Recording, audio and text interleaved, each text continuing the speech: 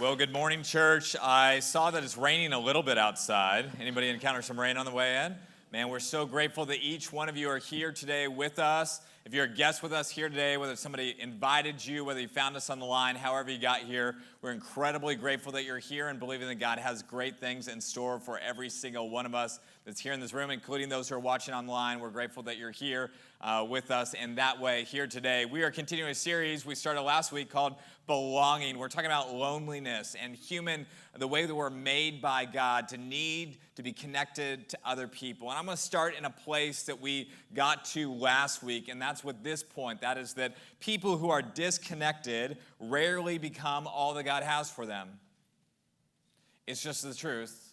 And God cares about our relationships. Just like he cares about our relationship with him, he cares about our relationship with other people. And the fact that we are created by him to need relationship with other people is something that was instilled in us from our very beginning. When God created man and woman in his image, we bear his image as a God who's always been in relationship with himself, Father, Son, Holy Spirit. And then we as people, as men and women, have been designed in such a way that we need people. And God knows the problem is that when we're disconnected from people, which is a cultural phenomenon right now like almost no other time in history, where we're connected to so many people and yet connected deeply to very few, where we have 1,000 Facebook friends but very few real friends.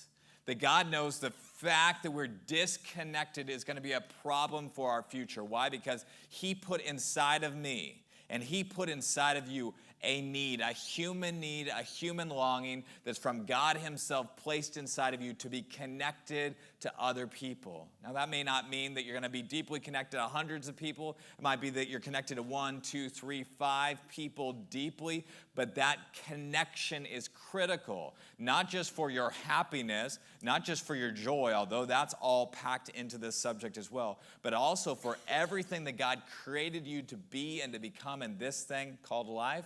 Is going to come out of and be birthed out of these relationships you have with other people, including your relationship with God's Son, Jesus Christ. So I can't think of a more important thing for us to be talking about than the issue of loneliness, than the issue of belonging, than the issue of what does God want for us, what does that look like, how do we get closer to his dreams for each one of us as his people. If you have a Bible this morning, you can open with me to Acts chapter 2, verse 42.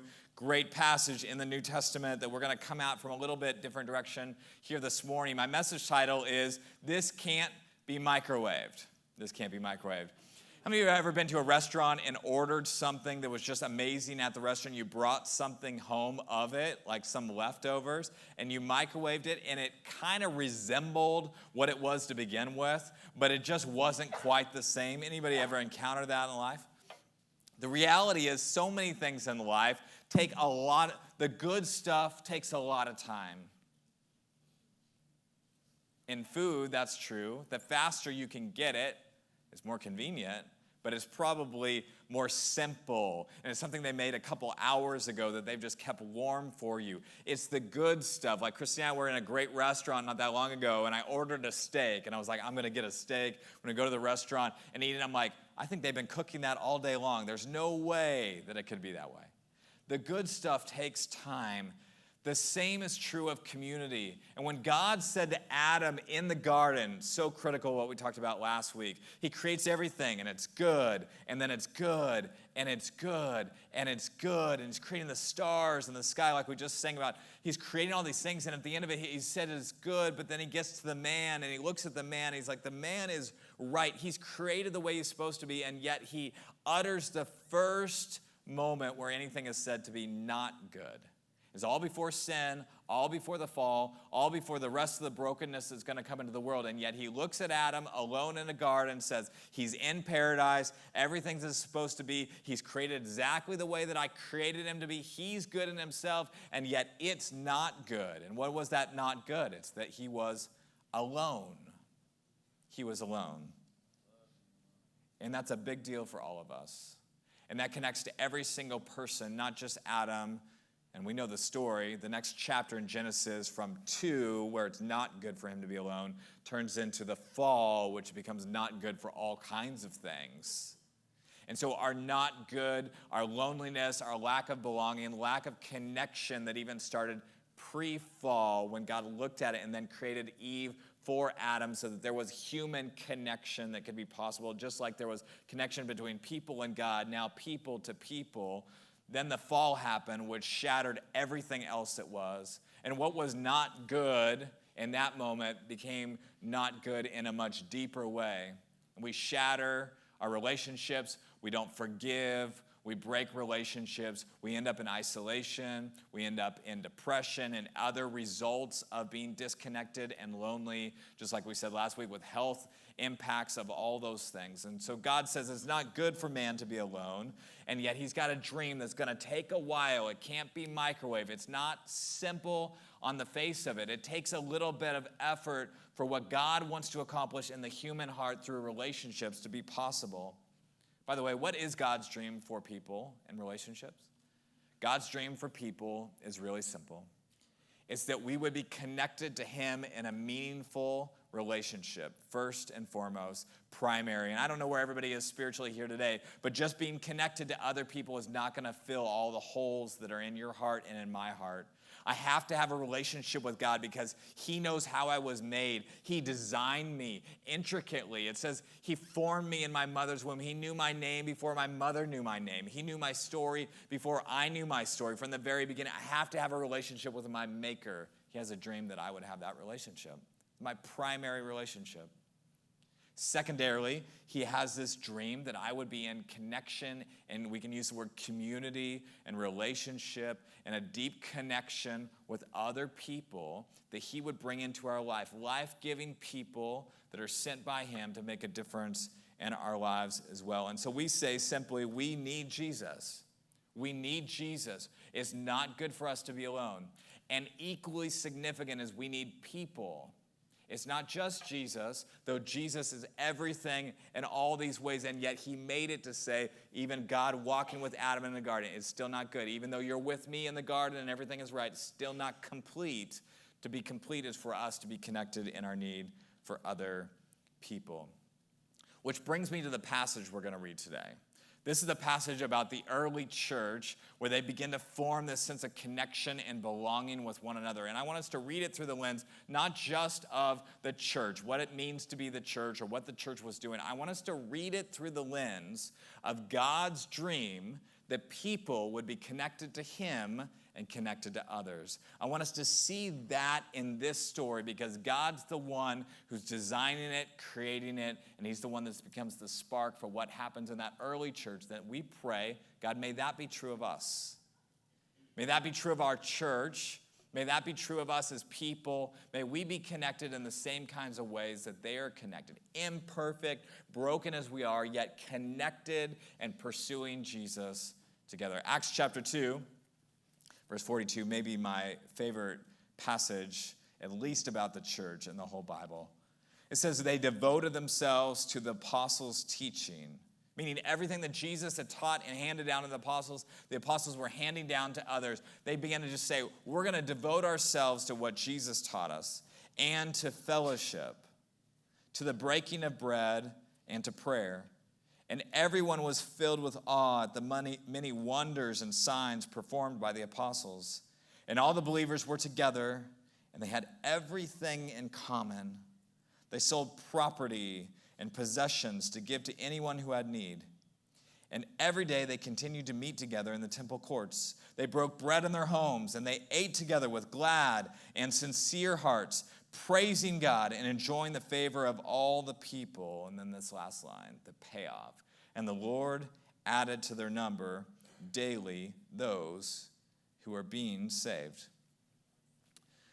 There's an African proverb, maybe some of you heard it before, maybe it'd be new to a number of us in this room. It's something that's become incredibly meaningful to me as a leader, as a pastor, as just a person on the same journey that everyone else is on, trying to seek connection and belonging with other people and belonging with God. The Proverbs goes like this. If you want to go fast, which typically I like to go fast, If you want to go fast, go alone.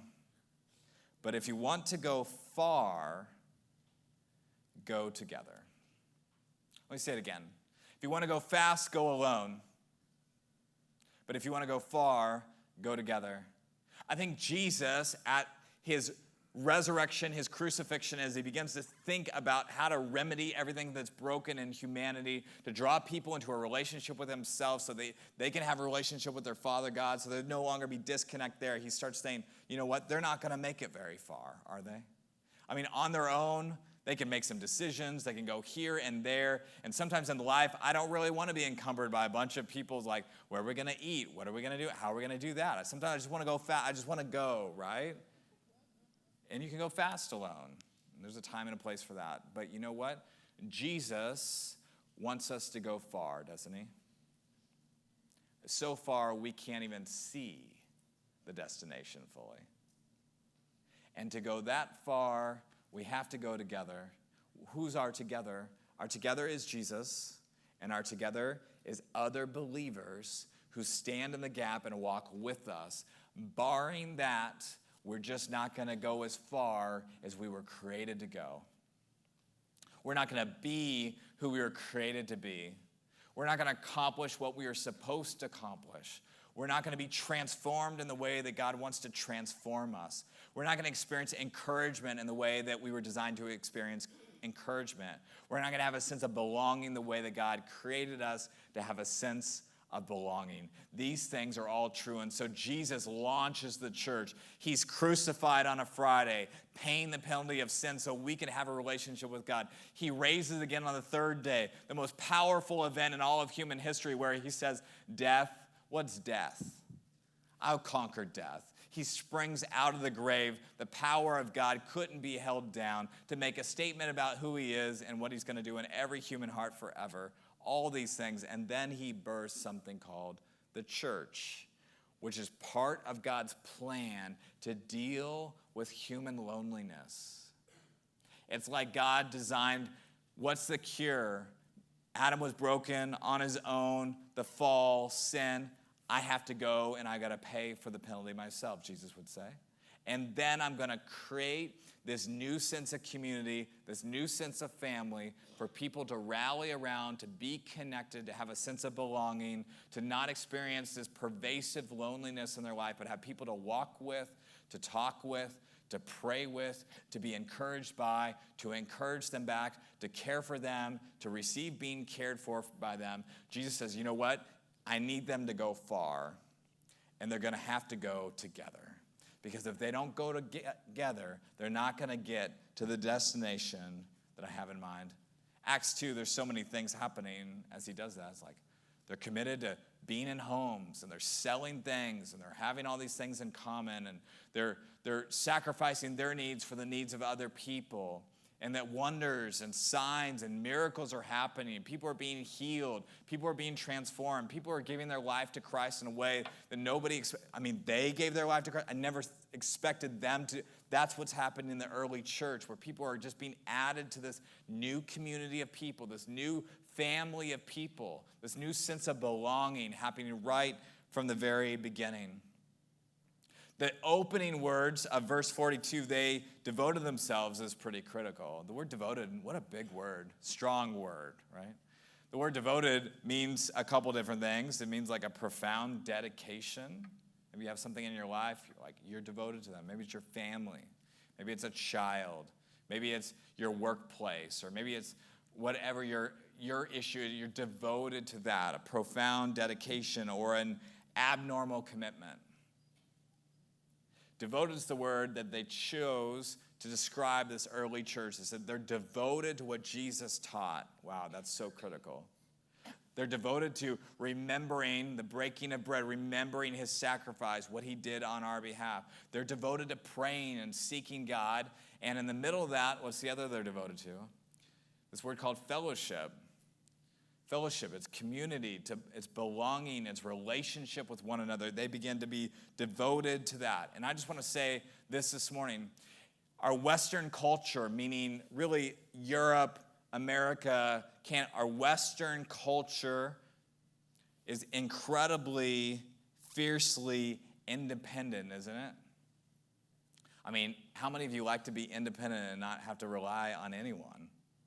Nobody, I don't know. It's a series on belonging. I don't know if I should raise my hand. I'm in that territory. I sort of like to be able to have whatever at my disposal, not have to rely on anyone, maybe not inconvenience anyone, maybe not have to do the extra work of inviting someone into something. I like to be on my own, to be fiercely independent, to be strong enough to figure it out on my own. I just have that in my wiring.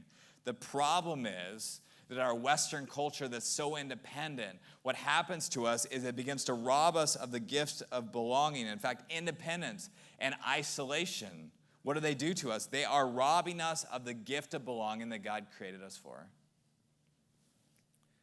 And when I'm independent, when I never express my need to another person and never maybe allow them to express their need to me, then we just end up not needing each other, which means I end up not having a sense of connection with them and belonging with them and a sense of relationship with them in the way that God created us for. That's not what's happening in Acts 2, by the way. Number one, they're not in a Western culture. They don't think like we think. They use words like they, everyone, all, together. They don't talk about any one person, but the community is thinking and living in a certain kind of way. But our culture, this isolation that we're dealing with and the independence and the separation, and you know what, I can live in my home and you live in your home, and I kind of like it that way. I mean, I don't want all of you to live in my home, and I don't know that you want me to live in your home, right? We like to have our disconnection. It feels good to a certain extent, and we have our own sense of place, and there are good things in it, but there's also bad things in it. And the bad things are typically related to just being disconnected. Why are people so lonely? You know what? I can sit behind a screen and feel connected for a moment to a couple thousand people, but I'm not really connecting with anyone. I can watch a show and watch someone else's life and feel like I'm living, but I'm not really living. I'm just watching someone else pretend to be living because they're just a paid actor in that story either. We're all watching people live and be connected, and we watch shows like This Is Us or whatever it might be, and we feel like, oh yeah, you know, you feel connected to those characters, but they're not real people. That God created us to belong to and connect with real people. And it doesn't mean we can't watch a show or be connected through some kind of social media or some technology that's in front of us, but it's just not the same thing. It's like a different thing. And God created us for something more than that. For a deep, meaningful connection with Him and with other people is so critical to our story. The word devoted is such an interesting word. What happens if instead of being independent and isolated, we become devoted to other people? We become devoted to our relationships, to our husbands, our wives, to our friends, to the people we go to school with, the people we work with, right? What would it look like if we were devoted to the people of our church? Not just that we attended church, but we are devoted to those people. You know what? If they drive their life in a ditch, I'm going to go pull them out of the ditch with them. I'm going to go ask for God to give me grace. I'm going to go in the ditch with them. I'm going to pull them out. I'm going to be devoted to people. What happens when we're devoted? Well, when we're devoted to Jesus, we begin to know Him deeper. We begin to experience Him more specifically in our life. We begin to have more of a communication with Him. We're more likely to do what He tells us to do and resist what He tells us to resist. All those things happen in our relation with Jesus. With other people, what happens when we're devoted? Rather than isolated and independent, we begin to express our needs to other people. We begin to say, you know what, I'm going through a hard season. Or, you know, I don't know how I'm going to pay the bills on this. Or I don't know what I'm going to do about this broken relationship that's here. And I don't know how to forgive this person. When I'm devoted to people, it means I'm in connection with them. My time is devoted to them. And I'm with them in such a way that when I get to the moment when I need them, that they're there to care for me. And not only that, when they have need, I'm there to care for them as well. There's different things that happen. When I'm independent and isolated, you know what? It might be fine for a while.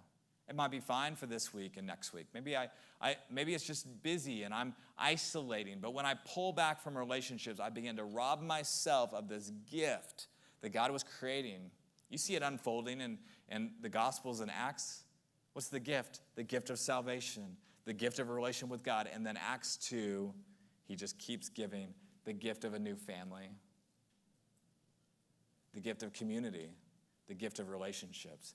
And when I devote myself to those gifts that God has given to me, then the payoff in my life becomes huge and overflowing, where I don't feel on my own. I don't feel as lonely. There's still a thing in us as human until we're walking and talking with Christ one time and forever. There's still a little bit of brokenness always hanging out there. But the loneliness begins to fade in its impact on my life as I begin to embrace the gift that God's given to me.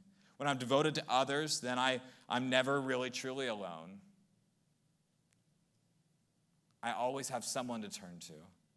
When I'm devoted to God's church, what happens? Well, the church becomes part of my growing family. It's pretty big. Like even here at our church, our growing family, when I say, you know what, there's people here that can help me, who can speak into it. I was thinking of Christine and I being devoted to the church and what God's doing.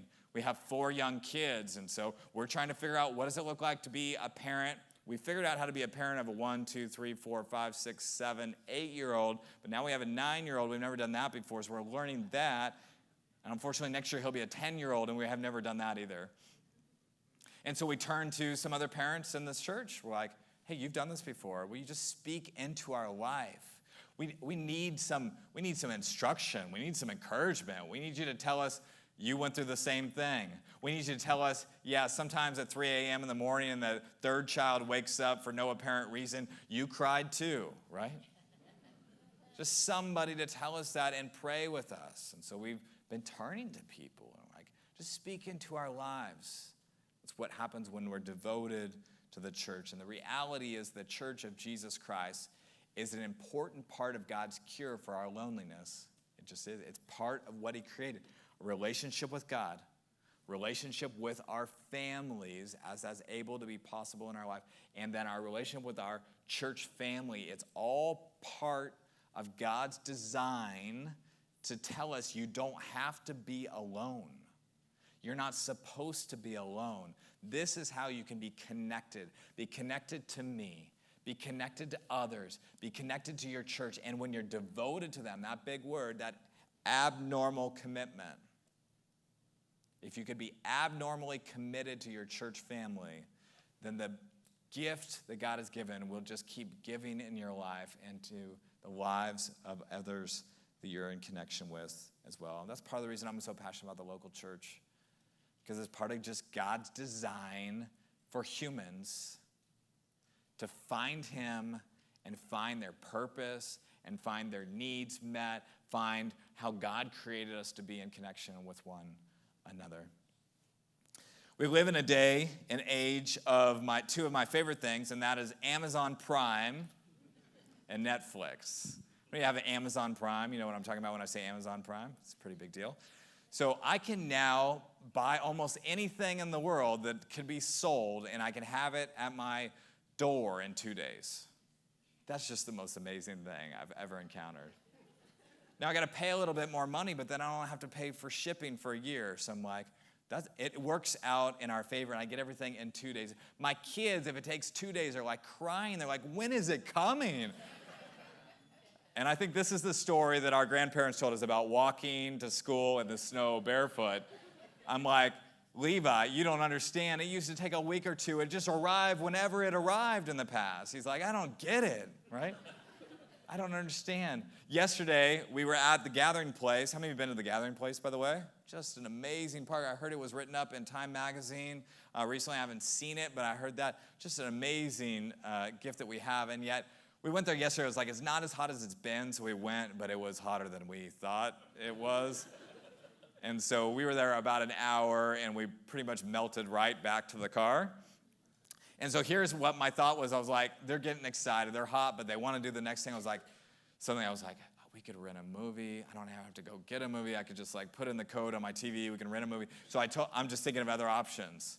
And I told my kids, I was like, you know what? I just had this greatest idea. They're like, what? What are we going to do? I was like, we're going to go home and we're going to rent a movie. And they're like, that's amazing. And I got them out of the Gathering Place as fast as I possibly could before we died. But the reality is I can just go to my TV and put a code in, right? And it's like $3, $4, whatever it is, are going to instantly have a movie on the screen. I mean, as soon as we found it, we started it, right? We live in an age of Amazon Prime and Netflix, and we expect friendship to be the same way sometimes, don't we? To be easy, to automatic, to just happen on its own. But the reality is that's not how it works. It takes cultivation. It takes commitment. It takes devotion. And my title of the message that we're talking about today is that comes down to this point, and that is that God's dream for human longing can't be microwaved. It can't be hurried, that the good stuff takes some time and some energy. And some of you are here today and you're like, well, I come to church regularly. Well, that's a great step. You're never going to have this sense of belonging with any church, not with our church, not with the next church you go to looking for belonging, not the church after that when that church lets you down, that you go look at the next church to find it. You're never going to find it by just showing up for an hour on a Sunday. It's just not the same as that word they used in Acts 2. That word devotion, it's a bigger word than attended. And when we attend, we're making a step in the right direction. But attending doesn't lead us to the place of belonging that our souls are looking for. It's just not going to get us there. It's going to get us a step closer, but it's not going to get us 10 steps closer. And the word devotion is going to require a lot more of us.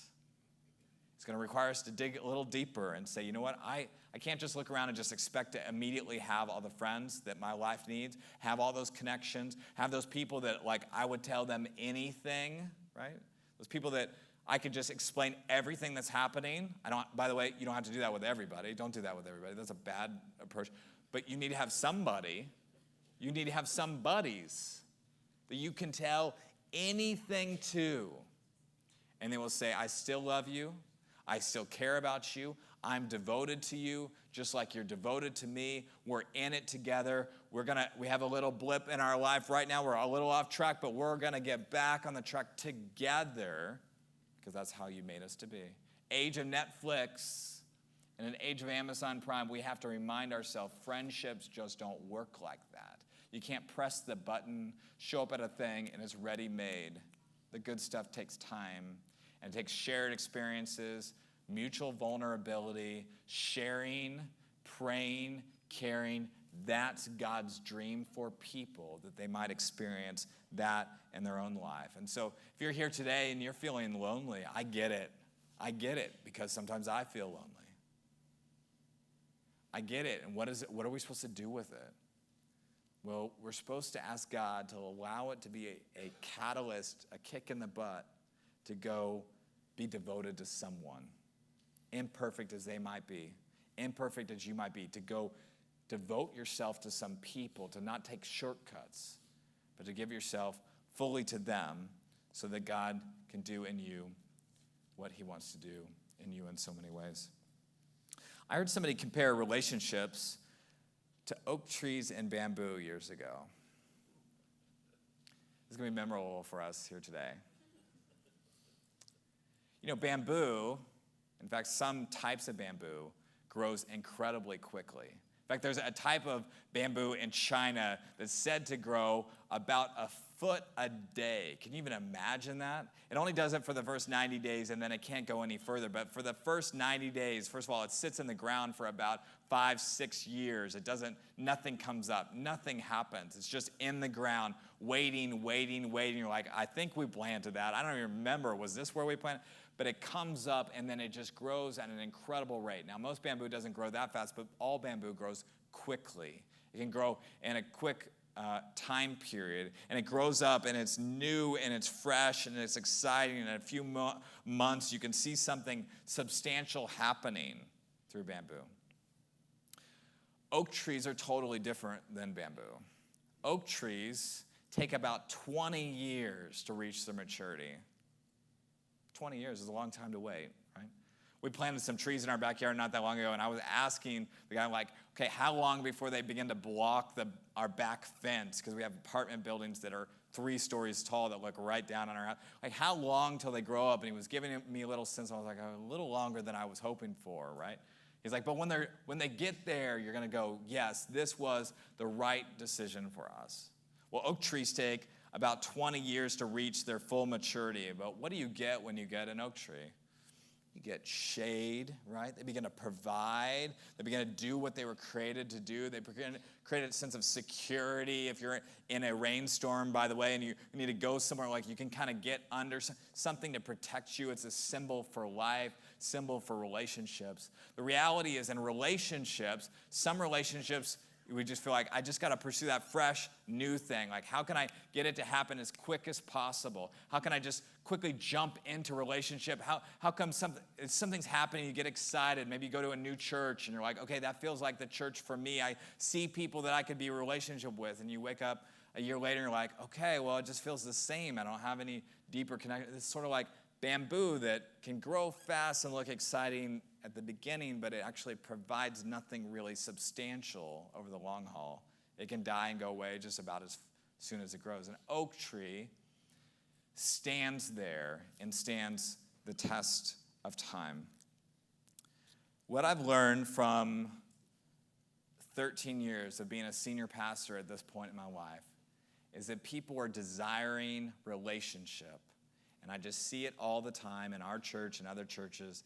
And they go in and they're like, okay, maybe I can find it here. But they don't really cross over to the devoted to people. And I get that's a huge, how you choose to be devoted to people you hardly know yet, right? It's pretty hard to do that. But they never really cross over. And so it's kind of exciting, sort of like bamboo, like things are happening. I feel like I can connect here. I'm going to do this and do that, maybe connect. And it feels like something's happening, but not enough's happening. And then they wake up a year later and they're like, I don't know, I don't have any deep connections.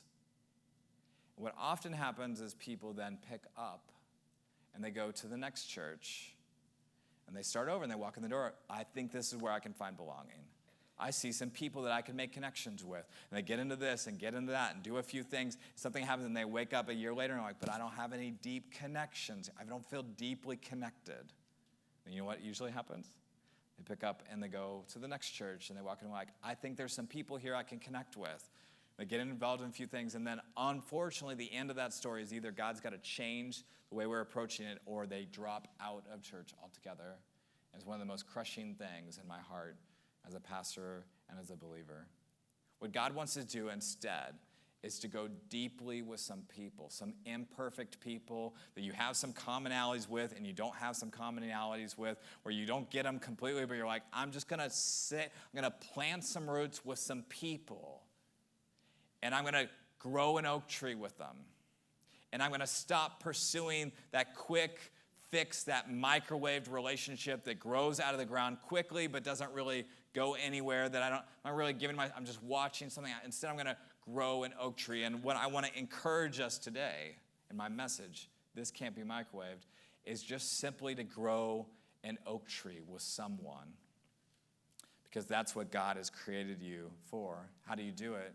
You just invest week in, week out, month in, month out. Say, how are you doing? How's your week going? What can I do? Having people into your home. You can't do that with 100 people. You can't really do it with 10 people. You can do it with a few people. Some of you can do it with a few more than other people. But you find a few people say, I'm just going to go all in with these people. Some of them are family. Some of them are friends. Some of them are church family. You say, God, I feel like you called me to these people, and I'm going to give myself to these people in the most that I possibly can. And I'm going to believe that year one, may not see a lot of growth. Year two, I might see a little more growth. It's not going to happen fast. Year three, I'm going to see a little bit more. But I'm believing that if I wake up down the road, then I'm going to go, I don't feel alone. I feel surrounded by a few oak trees. That when I have a storm in my life or they have a storm in their life, they can run to shelter with me and I with them. We can care for one another. We can stand with one another. We can walk with one another. And some of you have that. And you should just go home today and say, God, I thank you that I have a few oak trees in my life. Thank you that you've blessed me in such a way Thank you that I didn't isolate myself when I got a little scared in that relationship or they hurt me and I wasn't sure if I was going to forgive them or not. I thought maybe I'd just drop them and move to the next relationship. God, thank you I didn't just drop that relationship, but I just committed to it and I forgave them even though they hurt me, even though they let me down. I stayed after it, I stayed with it, and I committed to growing something deeper with them than I would have ever found if I just jumped to planting a different tree with someone else. This is God's dream for people. An oak tree with him. An oak tree with others who are pursuing him so that we can make it to the end together. As I close the message today, and we're just in the middle of the series, we have so much more to talk about during the series over the next couple of weeks together. Hope that you'll be here for those. Continue this conversation. Some of you are in groups. Have this conversation in your group. How can we have more of a sense of belonging in our group? How can we be more devoted to one another in our group? What can we do? Who of you are feeling on the outskirts of belonging with us? How can we help you with that? How can we encourage you through that? Our vision at Anthem is that everyone would find meaningful relationships. With who? With Jesus Christ first and foremost, because apart from him, we're never going to find what we're really looking for. But secondly, and God said it was important from the beginning, with other believers who are pursuing Jesus as well, who are growing an oak tree with Jesus as well, and we do it together in devotion to one another. And for us right now, we're in a fall launch of groups around our church. What a great next step for us to say, you know what, I'm here on Sundays, and that's a step, but I know that I got to do something more to ever experience what's possible, to find a group, whatever group that is, or find some people, say, hey, can we start having coffee together? Can we start having lunch together? Can we get up and do breakfast together? Whoever those people are, and say, you know what? I'm just going to commit myself, and I'm not going to be at coffee and say, hey, will you be my oak tree? Because that might be a little bit weird. But in my heart, I'm going to say, you know what? That relationship, I need to pursue it in a deep way. And Christine and I wake up all these years later. We've now been in Tulsa for right at 20 years, 21 years. And we wake up, and we've had thoughts like years ago, maybe we should move to California where I'm from, move to this other place, go chase this exciting thing, but it's all bamboo. And Jesus told us just to plant yourself where you are and receive the payoff of being planted. And now we look at our life, and we got some oak trees. And those oak trees have been there for us, and we have been there for them. And we just decided we're going the distance together for the glory of God and for his work in our life. Disconnected people rarely become all that God has for them. Don't be disconnected. Draw near to Christ and draw near to people. That's our mission. That's our next step. That's what God would have for every one of us. Let's stand to our feet all across this room.